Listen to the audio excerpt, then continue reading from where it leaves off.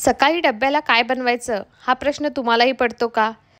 तर अशा वेळेस ही चवळी बटाट्याची भाजी एकदम चमचमीत आणि बनवायला फक्त 10 मिनिटं लागतात. सकाळच्या घाईमध्ये कुठलंही वाटण न बनवता, कुठलीही पूर्वतयारी न करता आपण ही भाजी बनवू शकतो.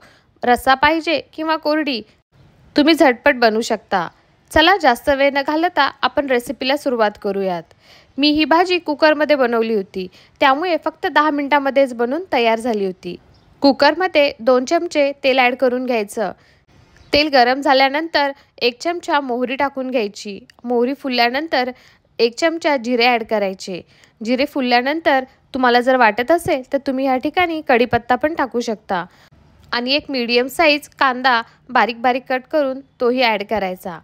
त्याला परतून घ्यायचं आणि सोबतच 1 चमचा आलं लसूण पेस्ट ॲड करायची.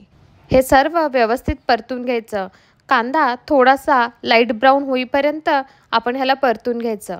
कांदा छानपैकी परतला त्यानंतर एक मीडियम साईज टोमॅटो, त्याला मी चॉपरमधून एकदम बारीक बारीक चॉप केलं होतं. ह्या ठिकाणी तुम्ही टोमॅटोची प्युरी जरी ॲड केली तरीही चालतं. म्हणजे सकाळच्या घाईमध्ये टोमॅटो सॉफ्ट व्हायला जास्त वेळ नाही लागणार आणि पटकन आपली भाजी बनून तयार होईल.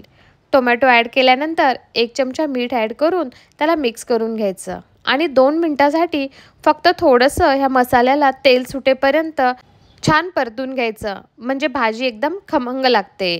मसाल्याला छानपैकी तेल सुटलेलं आहे. आता ह्यामध्ये हळद, लाल तिखट आणि थोडासा काळा मसाला, जर काळा मसाला नसेल टाकायचा तर थोडीशी धने जिरे पूड ॲड करायची.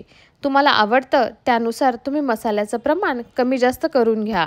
आणि हे सर्व मसाले टोमॅटो कांद्याच्या मसाल्यामध्ये मिक्स करून घ्यायचे आणि 2 मिनटासाठी ते तसेच परतून घ्यायचे. मसाला छानपैकी परतल्यानंतर त्याच्यामध्ये 1 वाटी पाणी ॲड करायचं. म्हणजे मसाले करपणार नाही आणि आपण त्याला छानपैकी परतून घेऊ शकतो. मसाल्याला चांगला बॉईल येईपर्यंत आणि त्याला तेल सुटेपर्यंत 2 मिनटासाठी आपण त्याला तसंच बॉईल होऊ द्यायचं. तुम्ही व्हिडिओमध्ये बघू शकता किती छान तेल सुटलं आहे आणि मसाले दिसायलाही खूप छान दिसत आहेत. एक मोठी वाटी चवळी रात्री 2 ते 3 वेळेस स्वच्छ धुवून 2 ग्लास पाण्यामध्ये सोक करायला ठेवली होती. 1 ते 2 तास चवळी सोक करण्यासाठी सफिशियंट आहेत.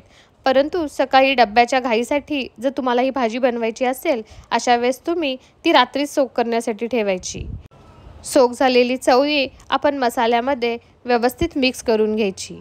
सोबतच 2 मीडियम साईज बटाटे, त्याचे मोठे मोठे असे काप करून घ्यायचे आणि ते पण ह्या भाजीमध्ये ॲड करून घ्यायचे. ह्या ठिकाणी जर तुम्हाला बटाटा स्किप करायचा असेल तर तोही करू शकता, पण चवळी बटाटा खायला खूप छान लागतो.